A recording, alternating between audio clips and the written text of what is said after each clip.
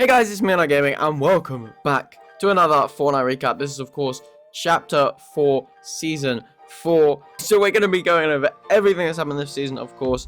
And let's start straight off with all of the collabs. So right at the start of the season, of course, we had Kabilame or Kabilame in the Battle Pass.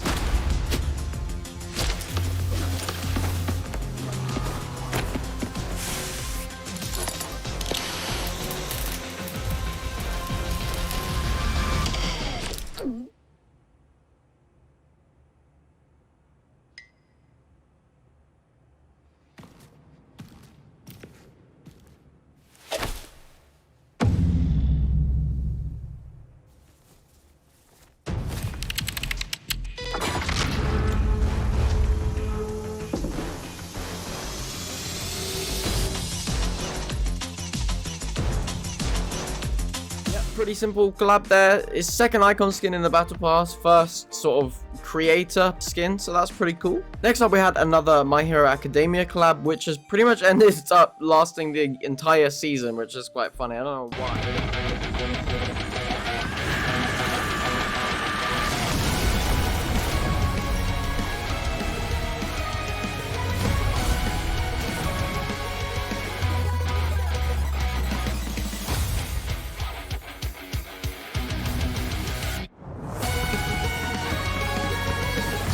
So it added a bunch of skins to the store along with the Deku Smash and the All Might supply drops that we've had before. They went away pretty quickly, but they also added the Todoroki's Ice Ball, which has just stayed in the game since it got added. It's a pretty cool item. It can be used to like knock people off things and kill them to full damage, which is quite funny. There were also, of course, a bunch of challenges that literally just gave you XP and a level up if you did 6 of them. These were just to collect the Ice Wall in different matches, deploy the Ice Wall, deal damage to structures with fire, travel distance in the air, assist in searching All Might supply drops, hit headshots or eliminate opponents, which actually replaced the collect Ice Walls in different ones because they had to remove it for a bit because it was bugged. But anyway, outlast opponents, damage opponents using Deku's Smash, and lastly, collect Deku's Smash from an eliminated opponent. So next up, there was another icon skin release, which was J Balvin's second skin. Next up, the bonus skin for the season, and that was, of course, Ahsoka.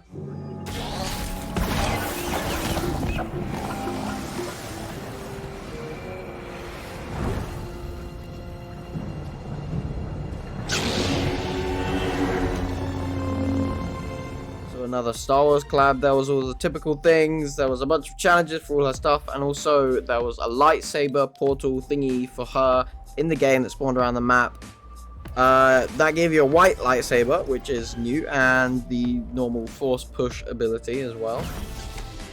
So in terms of earning this stuff, for the Fulcrum Ascending loading screen, you had to be the first player to land, search a chest, or eliminate a player in a match. For the Ready Rebel spray, you had to complete a job from a job board, collect Fulcrum tokens in Sanguine Streets or Rumble Ruins for the Star Map Wrap, survive storm circles while carrying a weapon of legendary rarity or higher for the banner icon, deal damage with a melee weapon for the Ahsoka's staff pickaxe, collect Fulcrum tokens in Kenjutsu Crossing or Snappy Shores for the Morai backbling, gain shells for the Lil T6 shuttle emote, damage opponents farther than 20 meters for the Watchful Companion emoticon, and lastly, for the Ahsoka Tano skin itself, you had to collect Fulcrum tokens in Relentless Retreat or Breakwater Bay. Next up, we finally got the Transformers pack that I'm pretty sure was meant to be released last season with the other Transformers stuff, but I guess it was delayed. This was initially just a physical thing you could actually buy in stores, and then about a week or two later, they released it as a pack in-game.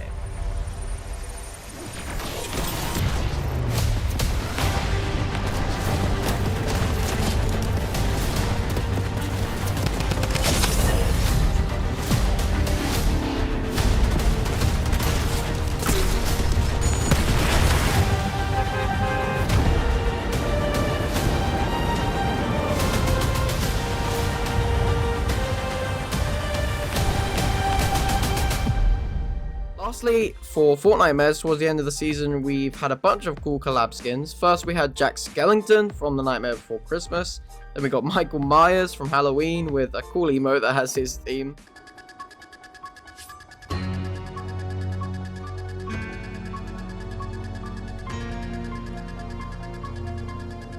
And lastly, we got Alan Wake from the game of the same name. So that was all of the collabs for this season. Not too many, to be honest. So yeah, let's just move straight on to the other events and stuff that have happened this season.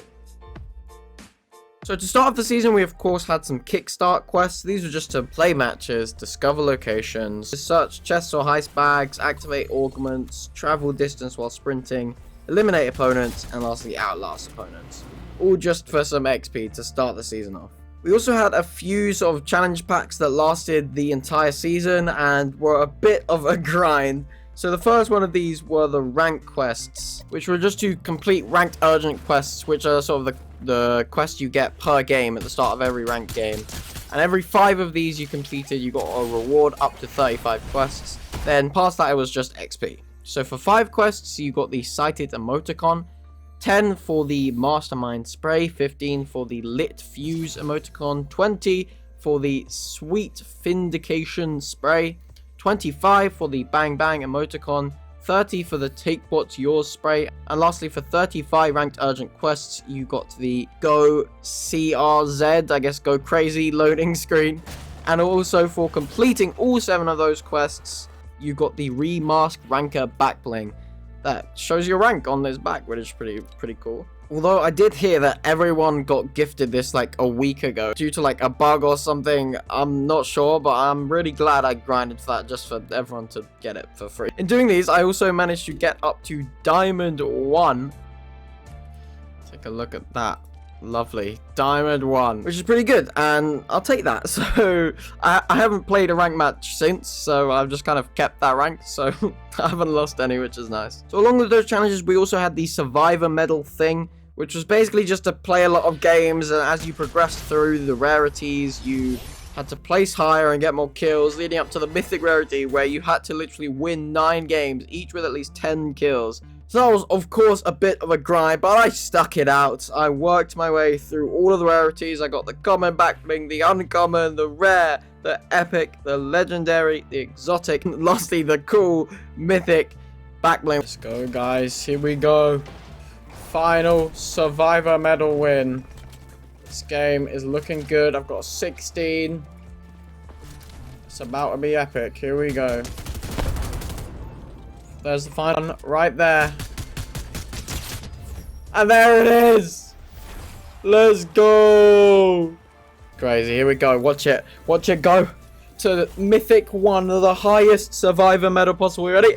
Hooray! There it is. Nice.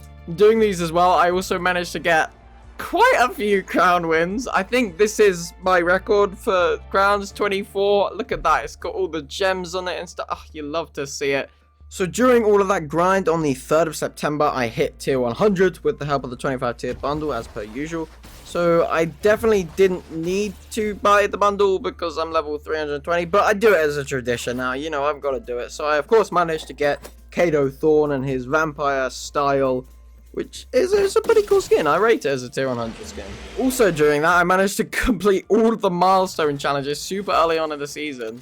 And I didn't actually do that at all last season, and I did it within a few weeks of this season, which is quite funny. So then it was Fortnite's birthday once again, around the 19th of September. They were celebrating its 6th birthday now. So there were, of course, the typical challenges and rewards for this, as well as the birthday bus in the game. So the first challenge was to just wish the bus driver a happy birthday. Next was to consume birthday cake, use balloons, land 4 times during Fortnite's 6th birthday, collect birthday presents, and lastly dance with characters in different matches. So for completing one of these, you got the birthday basher pickaxe, 3 for the birthday dash spray, and lastly 5 for the slice 06 back bling. Around that time as well, I also got rewards for the second refer a friend, which happened like a year ago. So I don't know why I got them, but I'm glad I got them for free. I managed to get the Oasis Wind, both back bling and pickaxe, and even the Xander skin completely for free. And I don't even think I completed that refer a friend, so I'm not sure what that's about, but I'll take it. Then on the 24th of September, I hit level 200, so of course managed to claim the finest bonus style. This time before the secret skin Ahsoka for the season even came out, so that's pretty funny. Then they actually started a third refer a friend, which is just a way to get old players back. And the first quest, which earned you the Red Cap's Revenge Spray, was simply to just add a friend to like the list of friends that you're going to do these challenges with. And the second one was just to play a game with one of the friends you had added, which gave you the Wild Red Cap's Wrap. And the next one was to place top 10 6 times for the Portable Portobello Back Bling. And there are actually 2 more challenges and rewards, including a skin, but it continues till January, so I haven't done them yet, but hopefully they'll be in the next recap, and I'll manage to get them done. Next up, there was a Celebration of Women thing that happened, which added some free rewards into the shop, which were the Heart Burst emote, a banner icon, the Hearts Up emoticon, Winner's Heart Spray, and the Reinvention Wrap. Then for the last few weeks of the season, it has been Fortnite Mares.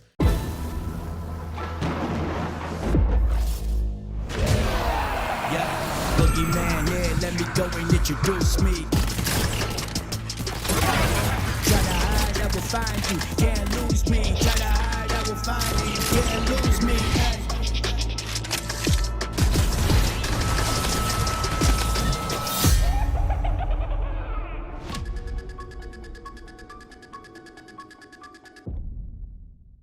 This of course added the typical Fortnite Mares bus and a bunch of both normal challenges and Horde Rush related challenges. We also got a free banner icon right at the start of it, due to the servers being down for longer than they expected. And the real horror of this update was this new UI. I mean, look at it, it's just tragic. You have to scroll and it's an absolute mess. It's an absolute mess. There were also new ghost things in game which pointed towards buried chests. That was pretty much the extent of the new stuff they did for this Fortnite Mares, so that's great. So I'm going to quickly first go over the Horde Rush stuff. So the challenges were to earn a 40 KO streak, assist in collecting score multipliers, hit headshots on cube monsters from at least 15 meters away, deal melee damage to cube monster spawners, help defeat the boss in the final stage of Horde Rush, upgrade weapons and upgrade bench in Horde Rush, eliminate cube monsters using explosives, assist in opening chests in Horde Rush, and lastly, accumulate 1 million team points. And I managed to get all of those challenges done in just 2 games of Horde Rush, which is pretty cool. So for completing one of these, you got the Merc Wrap, 4 of them for the Heart a Lantern emoticon, and 7 for the Bat Wing Bone Spike pickaxe. So for the Fortnite Mares challenges, there were a bunch of creative XP ones, and there have also just been loads of challenges. I'm not going to go over all of them, and there might even be more in a couple of days' time after recording this, so I couldn't even go through all of them. So I'm just going to go through the more interesting ones, like sprinting distance within 15 seconds of ringing doorbells, gain full shield within 30 seconds of taking damage from opponents, travel distance with a witch broom, eliminate opponents with a wood stake shotgun, which was the new shotgun added for Fortnite Mares, or pumpkin launcher, assist in destroying zombie road signs, collect candy in different matches, deal damage to opponents while the blood moon is out, which was a thing that happened at night during this time, which is pretty cool, defeat Countess Daraku in a duel, or speak to her after she is defeated, consume candy, travel from secluded spire to the Hall of Whispers without touching water, and lastly, help in defeating Revenant Kato Thorn, which is kind of what happened to Kato Thorn at Eclipse Estate. His inner sanctum thing opened up, the vault door that we saw inside of his vault at the start of the season. That opened up and he turned into his vampire mega boss version that dropped his sword and also minus his drum gun. It was pretty cool. So for completing 5 of the Fortnite Mares challenges, you earned the Bat Royale, a backbling, and also a banner icon. For doing 15, you got the Sweet emote, the Hypno Bat Spray, and the Phantasmic Fall Contrail. And lastly, for doing 25, you got the Rise of the Revenant music track within the Sanctum loading screen, and the Revenant Rider Glider. Also towards the start of Fortnite Mares, around the 13th of October, it was the FNCS Global Championship over the weekend. It takes more than just skill to reach the pinnacle of Fortnite. 150 players have spent countless hours honing their craft until perfection is reached. But in the end, only one moment defines their journey this year: the FNCS Global Championship. The stage is set, and the stakes are high. Who will break through and earn their spot amongst the champions? Which was a brilliant new global event, pretty much World Cup 2.0.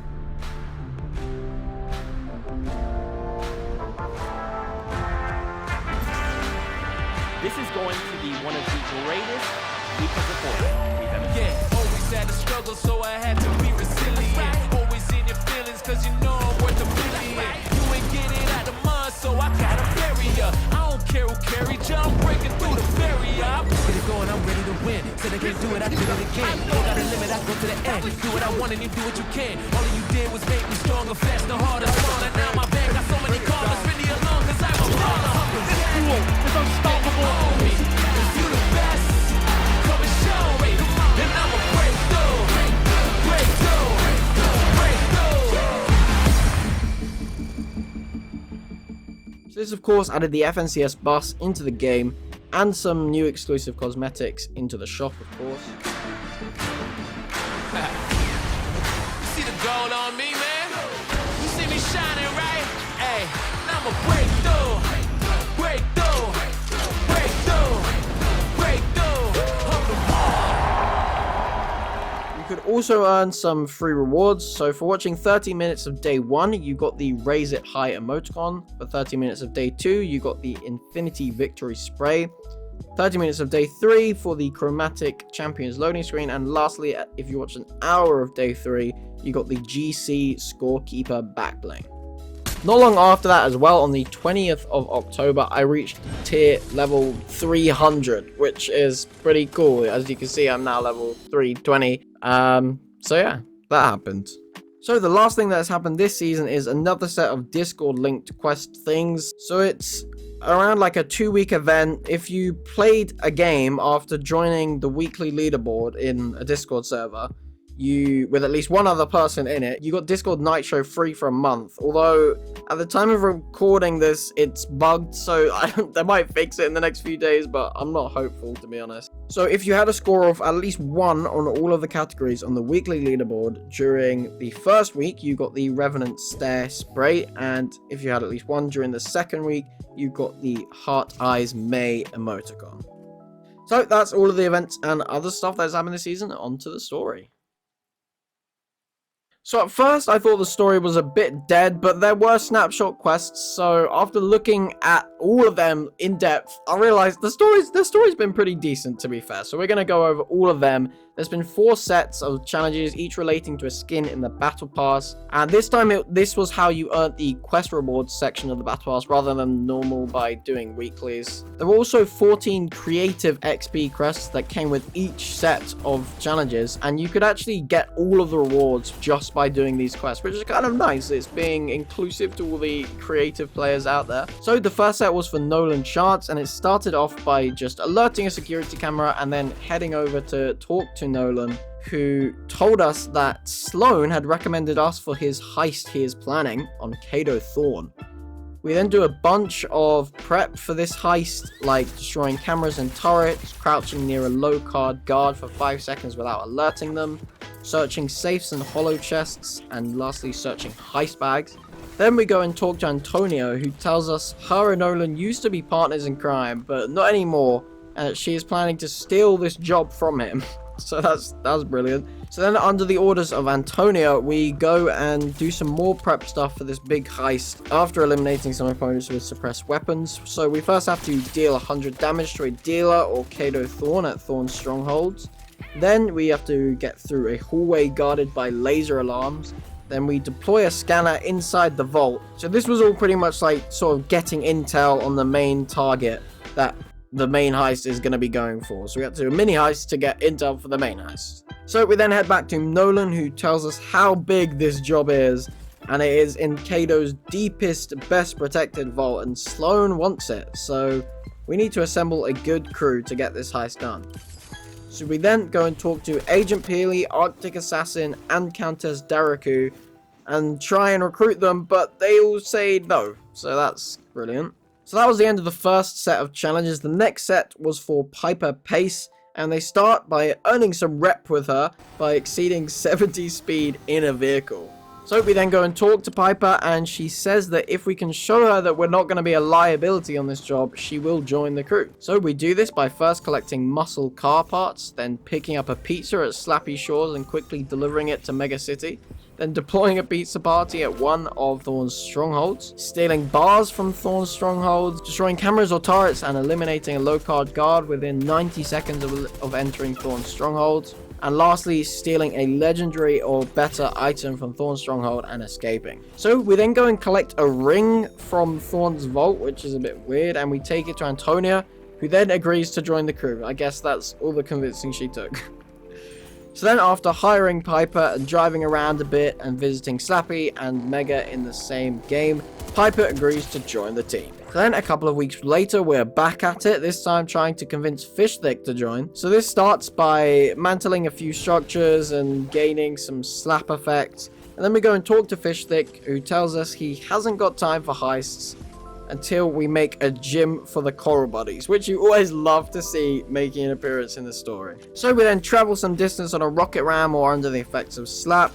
We destroy some slurp barrels and trucks because he is opening a slap franchise. So we of course have to take out the competition. Then after eliminating some opponents at Slappy Shores or hotspots, we go and talk to Diamond Diva, Love Ranger, and Renegade Shagado. I guess trying to convince them to invest or buy his product or something from his franchise. But because Kato Thorn took over the main slap factory over at Slappy Shores, they all say no, because they don't want to be associated with him. So then, because Fishthick is mad at Kato Thorn for putting a bad rep on Slap, we go and destroy some objects at his non-main bases. So we then go and beg Nolan for a loan, and he'll give us a side job that we can take the payout from as long as Fishthick joins the heist after. So we go and do this side job, which is just killing a bunch of Kato's dealers.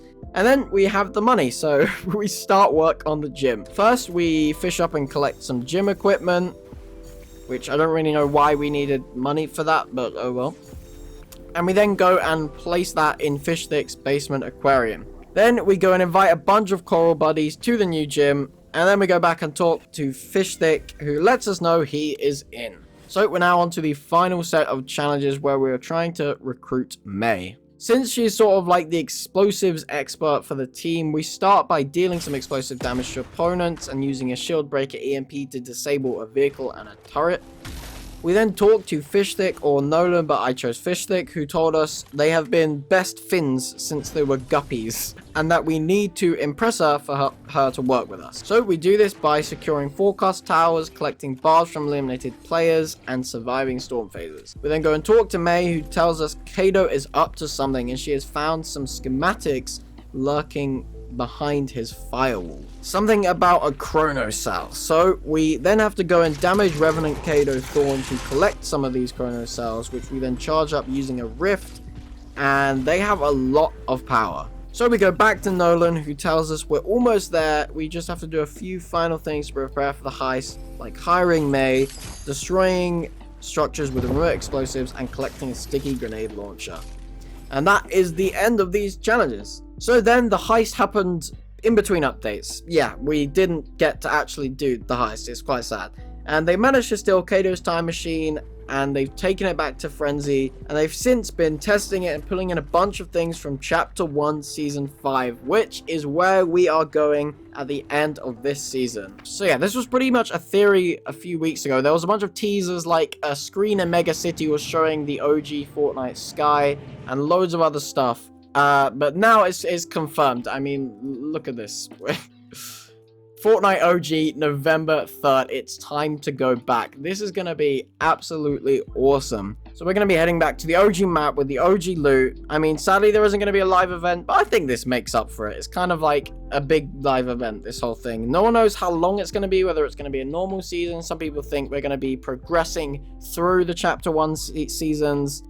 Who knows? We're gonna find out. I really hope you guys did enjoy this video. It of course took a long time to put together, so please do like and do all that good stuff if you did enjoy.